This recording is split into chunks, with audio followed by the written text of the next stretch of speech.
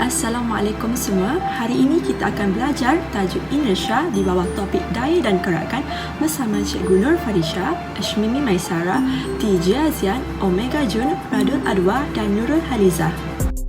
Murid-murid tahu tak apa itu jisim? Jisim ditarikkan sebagai jumlah jirim yang memenuhi sesuatu ruang.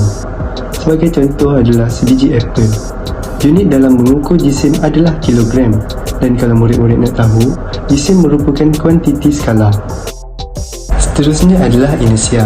Kalau murid-murid nak tahu, inersia adalah sifat semula jadi suatu objek yang cenderung untuk menentang sebarang perubahan kepada keadaan asal objek, sama ada dalam keadaan pegun ataupun dalam keadaan yang bergerak.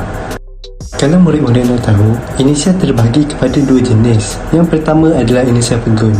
Inersia pegun ni merupakan objek yang menentang sebarang perubahan terhadap keadaan pegunnya. Manakala inersia jenis yang kedua pula adalah inersia gerakan.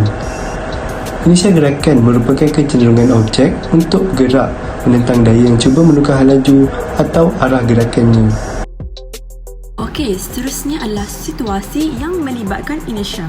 Pernah tak anak-anak semua berada di dalam bas yang bergerak, kemudian bas itu berhenti secara tiba-tiba? Apa yang akan berlaku kepada awak sebagai penumpang?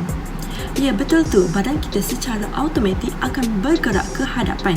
Kenapa? Ianya kerana inersia kita sebagai penumpang cuba untuk mengekalkan kedudukan tadi yang kita berada dalam gerakan.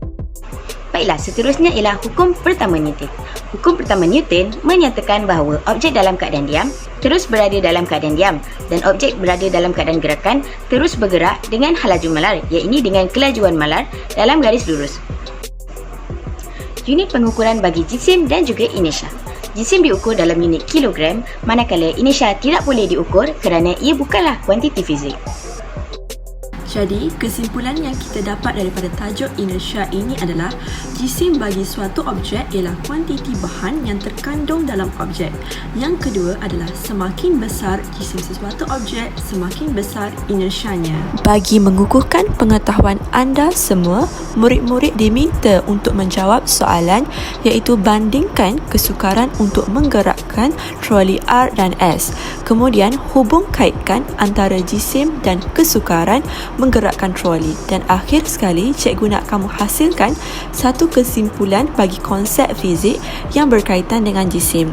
Kamu semua boleh berbincang soalan-soalan ini mengikut kumpulan yang telah cikgu tetapkan dan hantar tugasan ini di Padlet. Okey, itu saja. Bye. Selamat mengulang kaji.